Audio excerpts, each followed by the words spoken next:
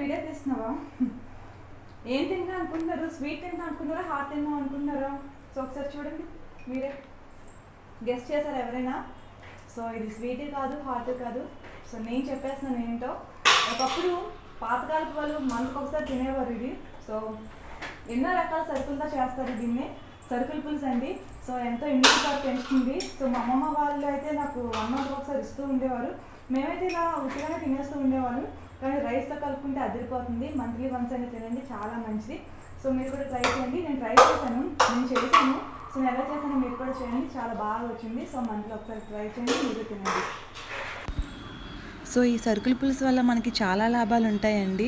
ఇంకోటి ఏంటంటే ఇది పురటాలకు చాలా మంచిది. పురటాలకు పెడతారు కూడా, పురటాలు బాలింతులు అలా అంటారు కదా. సో వాళ్ళందరికీ కూడా చాలా మంచిది. అందరూ కూడా ట్రై చేయొచ్చు. మనం అల్లం తీసుకున్నాం, చింతపండు తీసుకున్నాం, ధనియాలు, ఉల్లిపాయలు, పచ్చిమిరపకాయలు, ఎండుమిరపకాయలు, వెల్లుల్లి, కొంచెం మిరియాలు. ఘాటు ఎక్కువైపోద్ది కదా, తక్కువ వేసుకోండి మిరియాలు. పసుపు కొమ్ము కూడా యాడ్ చేయాలి. నేను ఇక్కడ చూపించలేదు, బట్ తర్వాత యాడ్ చేస్తాను, మీరు అది కూడా చూడొచ్చు. సో ఇంగ్రీడియంట్స్ అయితే ఇవి సరిపోతాయండి సరుకుల పులుసుకి మనకి. సో ఇప్పుడు ప్యాన్ పెట్టేసుకొని ఆ ప్యాన్ కొంచెం వేడెక్కిన తర్వాత ఆయిల్ అది ఏమీ వేయకూడదు. సో ముందుగా ధనియాలు వేసుకొని కొంచెం అలా రోస్ట్ చేసుకోవాలి అనమాట. దోరపదంగా వేపుకుంటూ అంటాం కదా, అలా ధనియాలు అన్నీ వేసేసుకోవాలి 1 by 1. జీలకర్ర, ధనియాలు బాగా వేగుతున్నాయి చూడండి. లైట్ కొంచెం కలర్ చేంజ్ అయితే సరిపోతుంది, ఎక్కువ మాడకూడదు ఇవి.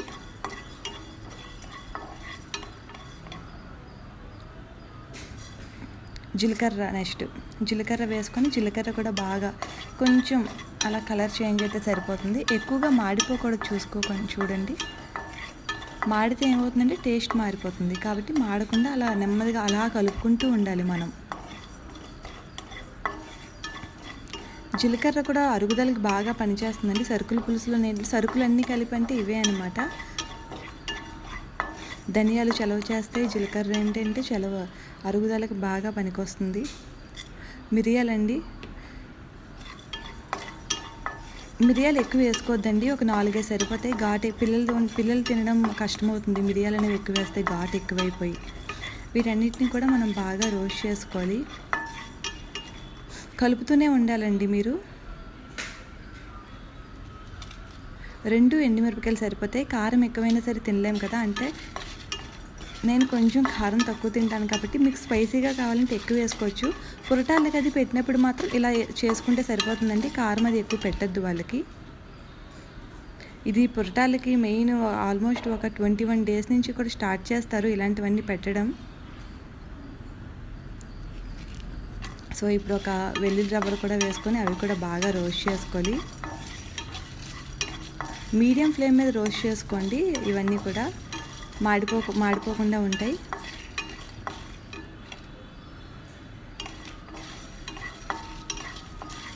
మనం అలా కలుపుతూనే ఉండాలండి, కలపకపోతే ఏమవుతుందంటే బాగా మాడిపోతాయి, కాబట్టి కలుపుకుంటూ ఉండాలి. సో కొంచెం కలర్ చేంజ్ అయ్యాయి అన్నీ కూడా.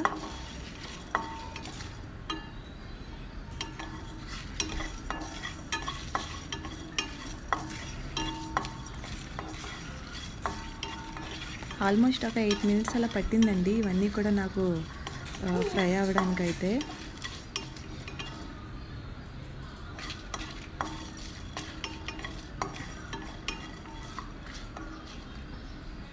సో ఇవన్నీ కూడా అయిపోయాయి, రోస్ట్ అయిపోయాయి. సో స్టవ్ ఆఫ్ చేసుకొని అల్లం తొక్క తీసేసుకొని శుభ్రంగా కడుక్కొని తొక్క తీసేసుకుందాం. పసుపు కొమ్మండి, పసుపు కొమ్మని ఏం చేస్తారంటే మీరు బాగా దంచుకోవాలండి. ఒక్క పసుపు కొమ్ము సరిపోతుంది. సో అల్లాన్ని గ్రైండ్ చేసుకోవాలి కాబట్టి అల్లము, ఈ సరుకులన్నీ కూడా మనం ఏవైతే ఫ్రై చేసుకున్నామో అన్నీ వేసుకొని పసుపు బాగా దంచుకున్నాను నేను. పసుపు కొమ్ముని బాగా మీ దగ్గర పసుపు కొమ్ము లేకపోతే పసుపు వేసుకోండి, పర్వాలేదు. సో ఈ పసుపు కూడా అందులో యాడ్ చేశాను. సో వీటన్నిటిని కూడా మనం మిక్సీ వేసుకోవాలి. ఇప్పుడు కొంచెం వాటర్ వేసుకొని చాలా మెత్తగా చేసేసుకోండి. సో మిక్సీ అయిపోయింది, చాలా మెత్తగా అయింది చూడండి.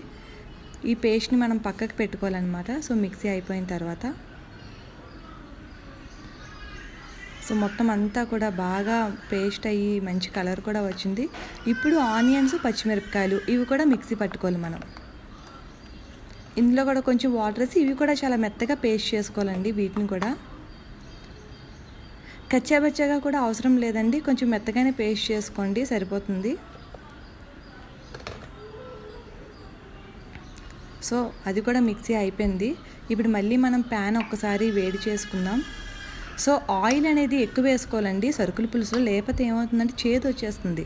సో ఆయిల్ వేసుకుంటే చేదు రాదు, చిరుచేదు అంటాం కదా అది వస్తుంది, కాబట్టి ఆయిల్ ఎక్కువ వేసుకోండి.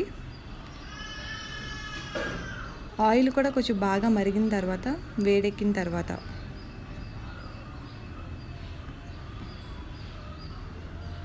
ఆయిల్ తక్కువ వేసుకోవద్దండి, చేదు వస్తుంది. సో ఆయిల్ అయితే వీలైనంత వరకు కొంచెం ఎక్కువే వేసుకోవాలి. సో మనం కొంచెం జీలకర్ర యాడ్ చేసాము పోపుకి. ఇది మీ దగ్గర ఇంగు ఉంటే ఇంగువ కూడా వేసుకోవచ్చండి, సొంటి వేసుకోవచ్చు. సో ఈ రెండు అంటే నా దగ్గర లేదు, నేను వేసుకోలేదు. సొంటి ఇంగువ కూడా వేసుకోవచ్చు. సో కొంచెం కరివేపాకు, ఒక 2 ఎండుమిరపకాయలు,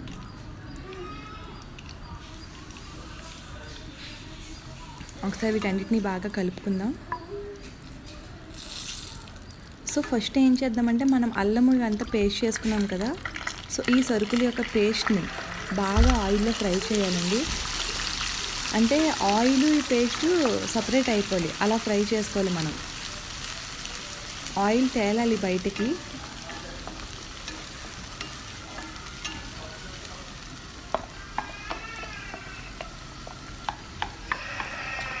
ఒక 5 మినిట్స్ అయితే బాగా కలుపుకోండి. బాగా పేస్ట్ అది బాగా మరగాలి, ఫ్రై అవ్వాలి ఆయిల్లో. 5 నుంచి 7 నిమిషాల వరకు పడుతుంది ఇది. స్మెల్ కూడా బాగా వస్తుందండి. సరుకుల పులుసు ఆరోగ్యానికి ఎంతో మంచిది, అందరూ కూడా తినండి. మంత్లీ ఒకసారి తిన్నా సరిపోతుందండి. సాల్ట్ వేసుకుందాం ఇప్పుడు. నెలకొకసారి ఇలాంటివన్నీ తింటే ఏమవుతుందంటే మనకి కఫం అది కూడా బాగా క్లియర్ అయిపోతుంది. ఇది ఏంటంటే ఇమ్యూనిటీ పవర్ కూడా బాగా పెంచుతుంది. పాతకాలం వాళ్ళైతే మెడిసిన్స్ తక్కువ, ఇలాంటివన్నీ ఎక్కువ తింటూ ఉండేవారు. సో వాళ్ళైతే వారంకి ఒకసారి తినేవారండి. మనం వారంకి ఒకసారి కాకపోయినా మంత్లీ ఒకసారి తిన్నా సరిపోతుంది. చూడండి బాగా ఫ్రై అయింది, ఆయిల్ కూడా బాగా సపరేట్ అయిపోయింది ఈ పేస్ట్ నుంచి.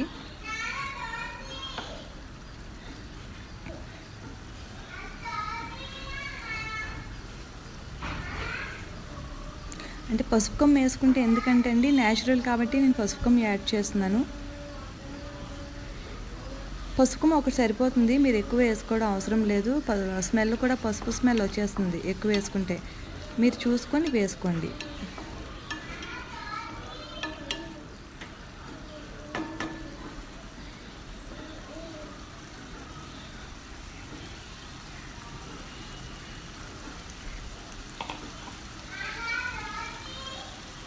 సో ఆయిల్ అయితే బాగా అయిపోయింది, ఇది బాగా ఫ్రై అయిపోయింది.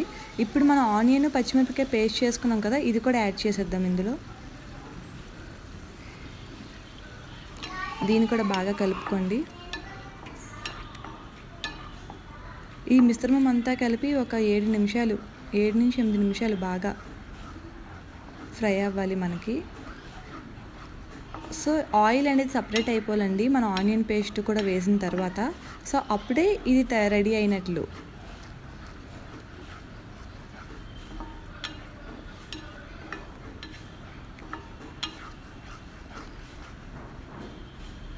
పిల్లలకు కూడా పట్టచ్చండి, చాలా మంచిది ఇది. సో మనం ఇది మూత పెట్టేసుకుందాం కాసేపు. సో చూడండి ఒక 5 నిమిషాల తర్వాత ఎలా సపరేట్ అయిపోయిందో ఆయిల్ అదినా. సో పేస్ట్ అయితే రెడీ అయింది. ఇప్పుడు ఇందులో ఏం చేయాలంటే చింతపండు రసం, కొంచెం చింతపండు రసం సరిపోతుంది, ఎక్కువ వేసేసుకోవద్దు. మరి పులుసు అనేది కొంచెం ముద్దగా ఉంటేనే బాగుంటుంది, వాటర్లో ఉన్నా కూడా బాగోదు, కాబట్టి కొంచెం చింతపండు రసం వేసుకోండి. సో దీన్ని కూడా ఒక్కసారి కలిపేసుకోండి బాగానా.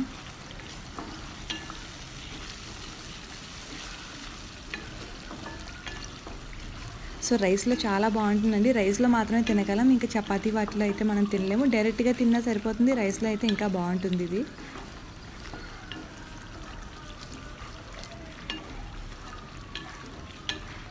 సో చింతపండు రసం వేసుకున్న తర్వాత ఒక 5 నిమిషాలు ఒక్కసారి అలా ఉంచేసుకోండి. మళ్ళీ అంతా కూడా మీడియం ఫ్లేమ్ మీద పెట్టుకోండి, లేదంటే లో ఫ్లేమే. హై ఫ్లేమ్ అయితే అవసరం లేదు దీనికి.